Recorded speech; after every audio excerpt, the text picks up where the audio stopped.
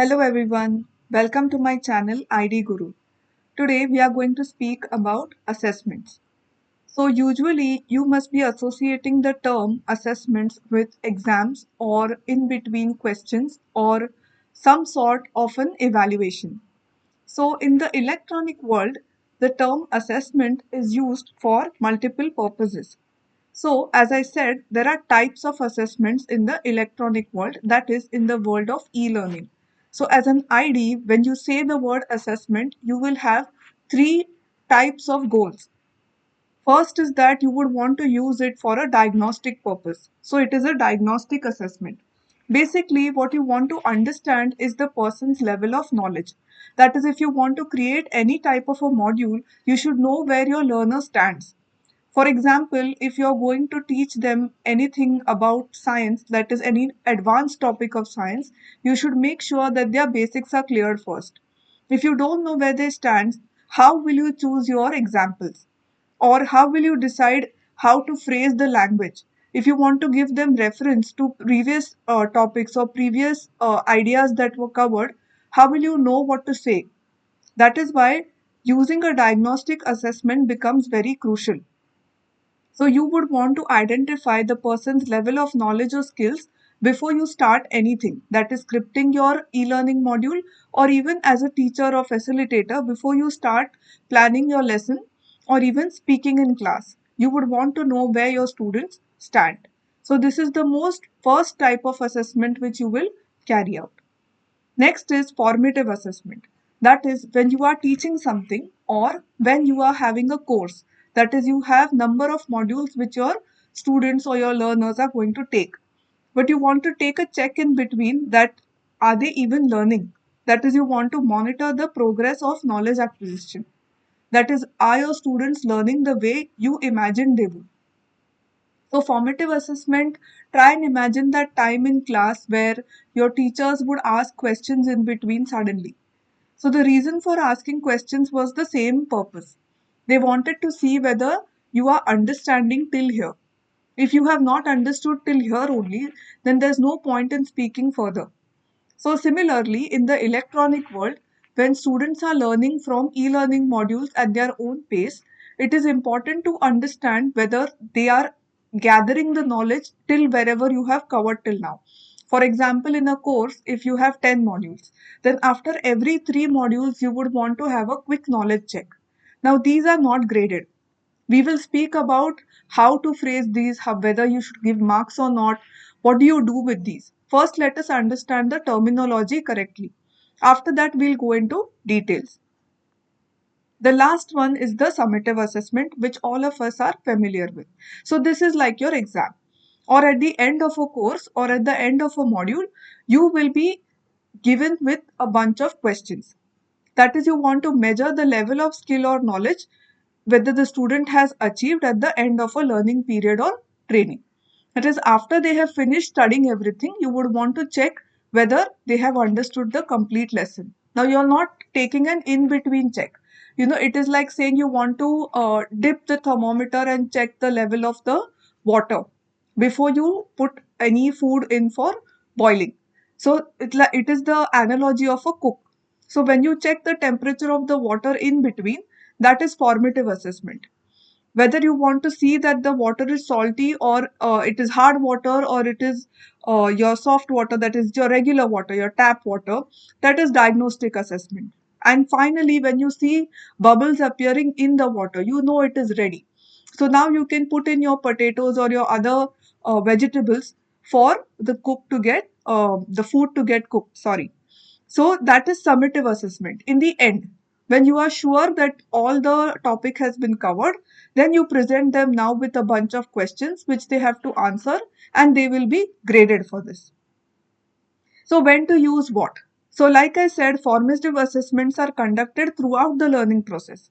And you also provide immediate feedback because if you come to know then and there that there is some sort of a misunderstanding, students are taking away incorrect knowledge instead of what you were trying to teach. In that case, you stop then and there and tell them to go back and read whatever they are missing. And for summative assessments, it is at the end of a module or even at the end of a complete course. Forget a module. They serve the purpose of evaluating the learner's overall performance and knowledge retention. That is, after you have finished everything, you want to see how far they are doing. That is, how good they are doing. At the end of your entire semester, when you are giving exams, that is summative assessment. So now let's see types of diagnostic assessments. That is, when you say diagnostic, what should you exactly do? Now, in the class, it would vary from how you would do it technically, that is electronically. So, since I'm speaking for instructional designers, these are some examples of diagnostic assessments which you can use as an ID. That is, you can give them entry forms, online surveys, some sort of checklists which your participants or your learners can fill out. You can even give them a quick quiz. That is a very small one. Don't bore them with long quizzes. Or let them self assess. That is, let them tell for themselves that I stand here. Or if you have the liberty of speaking to them, then ask informal questions, or put them, just ask a quick real world situation and see what they say. So that way you understand where they are standing. So the reason for this is that it will help you in personalizing their learning path. As the ID, you can even put in some remedial actions. You can uncover misconceptions. Then and there, if you understand that students are really getting it wrong, so you can actually address it in your lesson or in your module. You can quickly tweak it, or even add in certain extra videos or extra learning items for them, so that they can clear their misunderstandings. If you understand that they are finding a particular topic very difficult, you can address it again by adding more exercises for them to proceed with. Now, formative assessment. What does that mean? We know the technical term by now, but in class or as an ID, how do you incorporate this? Basically, in between, you can have short quizzes once again. The only thing is the questions which you are putting in it will change. In formative assessment now, your questions will be strictly related to the topic or the content which was presented till now. Now you're not going to ask anything other than what was taught.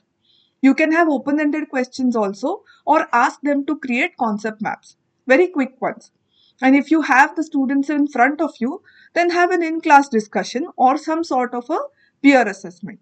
You can even have a poll and see how students are doing. So, this is just a quick check, like I told you, a thermometer dip. Remember that analogy.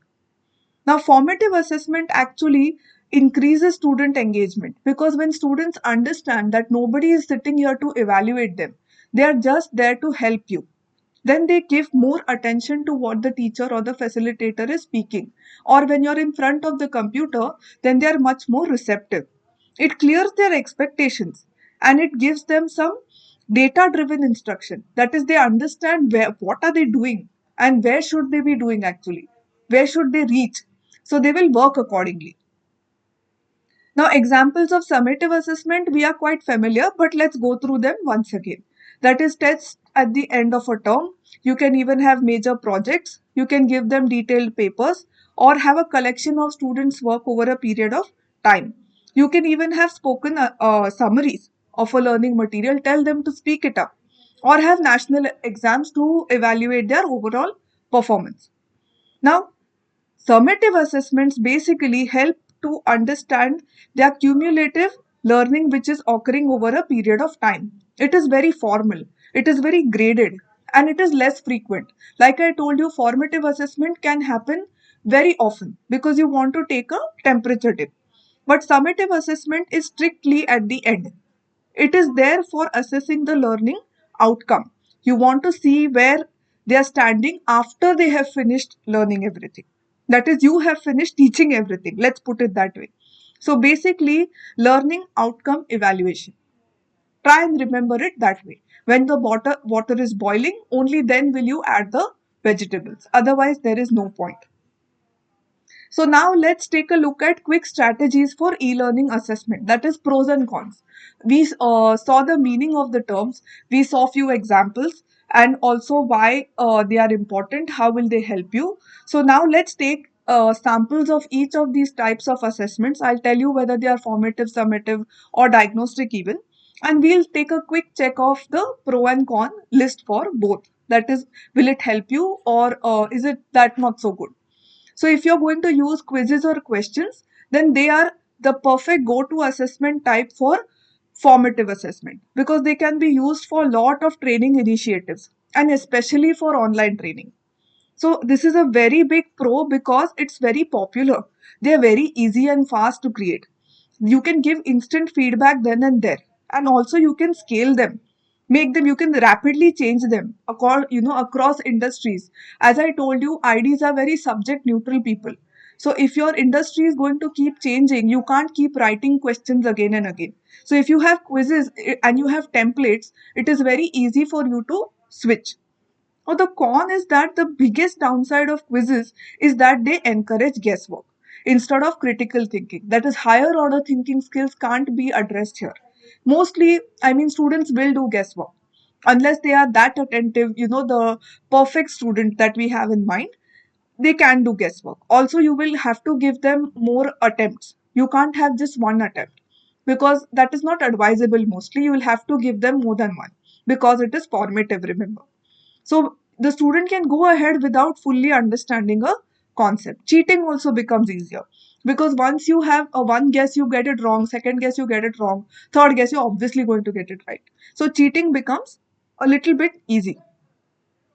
So if you want to move ahead for gamified assessments, so first understand the meaning of the word gamified. Gamified means adding elements of a game to your regular assessment. So they are not literal games. It is your assessment with features of a game, such as leaderboards, badges, challenges. All of this you have in games. So if you add these elements to your regular assessment, you gamify it. So this goes hand in hand with e-learning modules. You can use game-like elements and you enhance the evaluation process. But this will also stand as formative. Now this is used because obviously it is fun. Instead of simply answering MCQs, you're probably going to like a gamified version of it much better. If you're going to get badges, your name is going to come on a leaderboard, there will be high rate of engagement. They are designed to provide immediate feedback. So learners will know instantly how they are performing. And if your name and your performance starts coming on a leaderboard, you're going to pay much more attention to it. Rewards are always inspiring and friendly competition is there. So it keeps the motivation higher. Now, the con is that if you add too many such elements, then the experience will actually distract the learner from the main objective. That is, they will pay more attention to the gamified element than the topic itself. So, designing a gamified experience is resource heavy. Remember that. And it requires specific software. So, this can be a little bit higher on the money side. You have to see whether it is cost effective. So some topics, especially the complex or abstract ones, they won't be that well suited for gamified assessments because how will you phrase the question? You'll have to think a lot. It will become a little difficult. So at that point of time, you may not want to go for a gamified version of the assessment. So now another option which you can go for is the scenario based assessment. Scenario means that you present learners with real world situations that they then have to navigate. Basically, you can include branching, that is, go from one place to another. Based upon your answer, it will go on revealing itself. Branching is where participants are faced with choices on how to proceed. It determines the final outcome of the scenario. That is, suppose you give one answer to the main questions, understand it as sub questions. It will go on branching itself out like a tree. So even scenario based assessments will remain formative because here also you're not trying to grade them. It is a very big pro because scenarios mimic real world situations, that is your real life situation, and in a safe environment without any risk. So suppose you're teaching something to do with chemistry, you're teaching something to do with testing. So in that case, you can obviously show it very easily and students have no risk. So they are actually engaging in a method of assessment which helps reach the point of skill faster. That is, if they have to build any sort of a gadget, they have to come up with innovative answers. So they can do that here, and that too with minimal difficulty. So scenarios are also one of the best methods for improving critical thinking because if you see here, it is a real world situation. So they cannot do guesswork. They have to think and answer. You remember Bloom's taxonomy? So in that, the HOTS, higher order thinking skills, those can be addressed with scenario based assessments. Now, scenarios, remember, are not a quick fix. That is, they are time consuming to create. You think of an MCQ, that is a multiple choice question. One question, four answers, out of which one is correct, and feedback. You're done. But to come up with a scenario, it will take a lot of time. You have to think and wonder whether it will actually occur in a real world, and then phrase it correctly with the right language, right examples for the student to understand. These variable outcomes also make the method difficult to grade, because if students are going to come up with branching scenarios, every student will have a different path. Grading this will become very difficult. That is why mostly this is kept for formative, where you don't grade it only. It is just to understand whether you're understanding till here or not. How well are you doing? Also, there is only so much you can fit into an assessment. You have the risk of oversimplifying complex issues, because if you have to create scenarios for every topic, you'll have to simplify it little bit. You can't have very complex topics in a real world situation. Students are going to get lost. So next is self-assessment. That is, we rely on learners to actually critically look at their own work and evaluate themselves. So this can be done via peer assessment. That is, you pair up with another learner and assess each other, or self-assessment. That is, this is done using a rubric. I will cover what is a rubric later on. It is a grading instrument. But forget about that word rubric right now. You can even look at it as marks, just like that, to understand what it means. Rubrics does not give you marks. Okay, let me phrase this differently. Suppose, think of it as a scale instead of marks. Good to bad or medium. When you give a rating, remember stars. So in that case, you're not getting marks per se, but you can say how good you're doing. So this can be formative or summative. If you decide to give it marks, then it will go for summative. But if you decide to keep it in between, that is, if you pair up with your partner, whoever is sitting next to you, or in on an online class, whoever is there in front of you, or if you are randomly given any sort of a person is paired up with you, then you can decide how each person is doing. That is, you check for the person in front of you, and they will check for you. Now, this is good because it promotes critical thinking and self-awareness in the area of strength and weaknesses, because you're going to evaluate. Evaluation, remember, is higher order thinking skills. Try and recollect Bloom's taxonomy. So in that case, if you are evaluating yourself or the person in front of you, you are achieving a very higher order thinking skills. Individuals know themselves better than others. Therefore, they may highlight challenges or accomplishments that were missed by other assessment methods. So, if you're going to give them simply MCQs, there are certain elements of a learner's journey which they can evaluate for themselves, which questions can't do. So, that is where self assessment can help. It can make learners care more about the outcome, leading to increased efforts. That is, if they are going to understand how good they are doing, if they'll be able to evaluate themselves, they are going to be more interested. But the con is that big potential for bias, because you're talking about yourself. You're obviously going to talk good. So some individual may purposefully exaggerate their success. They may say how excellent they are, whereas they may be doing a mediocre performance. Also, if you're pairing up with somebody, you may disagree. Between the two people, one who is getting assessed and the other one who is assessing, you can have a disagreement and it may lead to a conflict. That is why use this with caution. Next is peer assessment. It is similar to what we just said. Under self assessment, it was hidden. So, peer assessment is when we pair up with somebody and assess their performance. So, a rubric is like a scoring guide. As I said, I will cover it later. It is used to decide how the person is doing. This can be used for formative or summative purposes. Peer assessments are feedback focused, because you can tell the person in front of you where they stand. Reviewing another's work.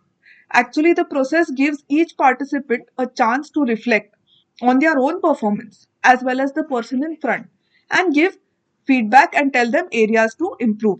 It is a very good strategy for large groups as it is quick to implement and carry out. Instead of waiting for every person to answer questions, give them time. Here, if people pair up quickly and in 5 to 10 minutes, 10 is too much.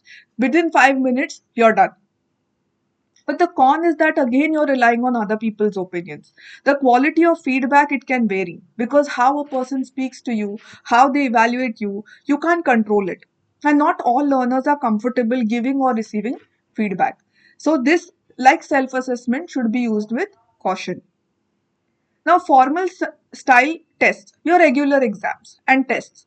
Like you must have guessed by now, and not guessed, I'm sure you must be sure of it that this is summative. So, these are primarily used for giving you credits, that is, just scoring you.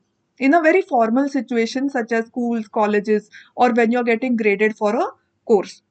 Now, pros is that obviously these are formal assessments, so they are completely objective, unbiased, and they are going to usually be backed by research. That is, you can't go wrong. That is, they are tested to make sure they are fair, they are accurate, and their scores can be compared across different groups. You can't go wrong here. And demographics also, you can understand averages and benchmarks, so that is why you cannot go wrong here. This is your typical regular exam. But the con is that there is the pressure to pass that exam, which can lead to the person focusing too much on the exam instead of actually the learning process of it. They will get a little anxious about exams. So formal tests are always notorious for inducing stress and anxiety, and the scope for formal testing is limited because it will restrict you to a classroom setting or even in an online situation. At the end of the module you will have to give a test, so you will have that anxiety within you, that apprehension that if I don't do well, I will not get the certificate. But this is the classic example of summative assessment. Projects and portfolios also are always summative because they are an in-depth way of assessing newfound knowledge. Because it's a hands-on evaluation that you're doing. You're seeing whether the student can actually go ahead and create their own portfolio or their project. They are actually applying information that they have learned. The biggest pro is that it is a holistic view of the learner's abilities.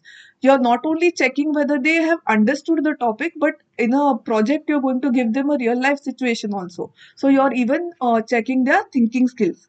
They have to get very innovative towards their projects or their portfolios. It's not repetitive like quizzes, so the student gets a more authentic experience because of real world situations. They have to come up with new answers.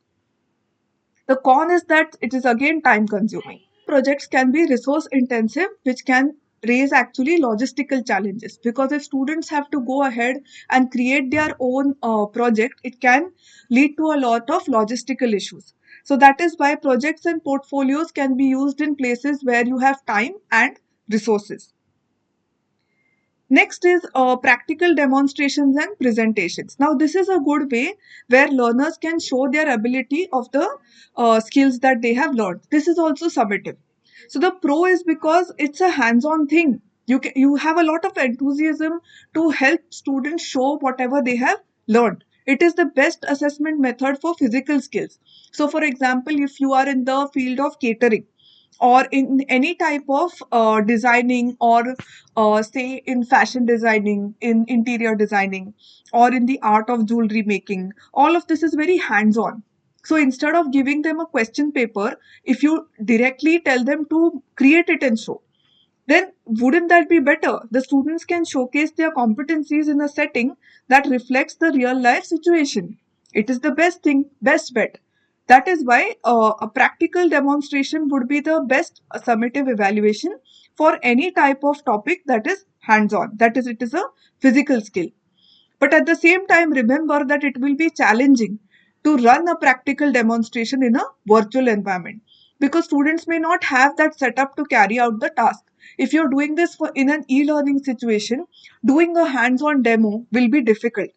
Also, how will you assess that demonstration via video or a live stream? You can miss out details. So projects or portfolios, grading them is also subjective because every person who is evaluating will have their own thought. The way of looking at it will differ. So this was slightly challenging for running the test as well as grading it. But if it is a physical skills, then it is the best bet for a summative assessment. So quick tips for getting the best out of learning assessments, you can keep these in mind, is that don't rely on one single method. Now, what we learned till now were a number of variety of methods, but don't rely on any one single methods. You can use a combination. Use a variety of formative summative assessments that are suitable for the subject.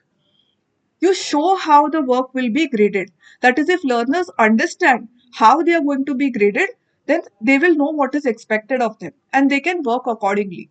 Like I told you, the word rubric, it is a way of scoring somebody's performance. So if they know how that works, then they can actually study accordingly and they can perform accordingly. You should resist designing for the assessment. Be very careful not to solely focus on the training material, on fulfilling that grading criteria, because otherwise it becomes some checkbox exercise, rather than focusing on learning objectives. You remember we wrote learning objectives according to Bloom's taxonomy, and I told you that when you will be writing questions at the end of the module, it has to map, because learning objectives were telling the student what they should be expecting at the end of the module. That is, what's in it for you, that is what should you take away. Now when you're answering questions, shouldn't they map? Because if they don't map, then your learning objectives themselves were wrong. So resist designing for the assessment only, that is, write questions for the sake of writing. Make sure that they have a map, and limit the opportunity for cheating.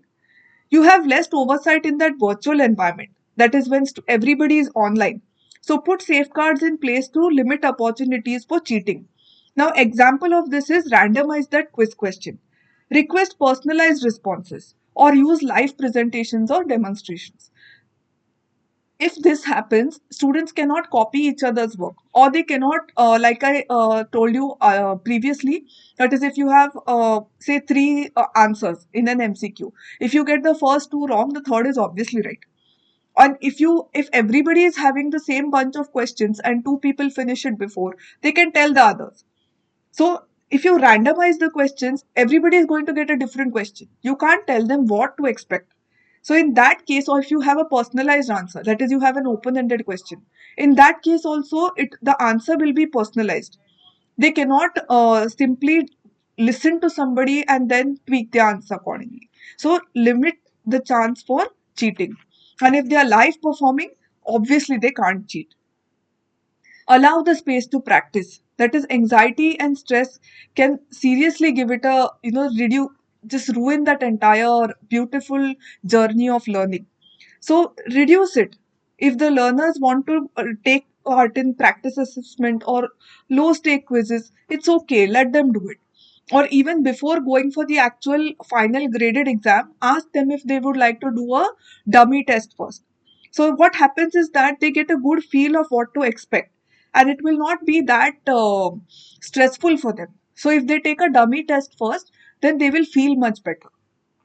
So by this, I think you would have got a good enough idea of how to write assessment questions, what all you can include in it, and some tips for improving your choice of assessment questions. Keep in mind your purpose. That is, are you diagnosing somebody? Are you checking where they stand, your thermometer dip? Or is it at the end of the course? That is, you're seeing how has the student performed. So I hope this was useful for you. I will come back in the next class with a new topic. Take care till then.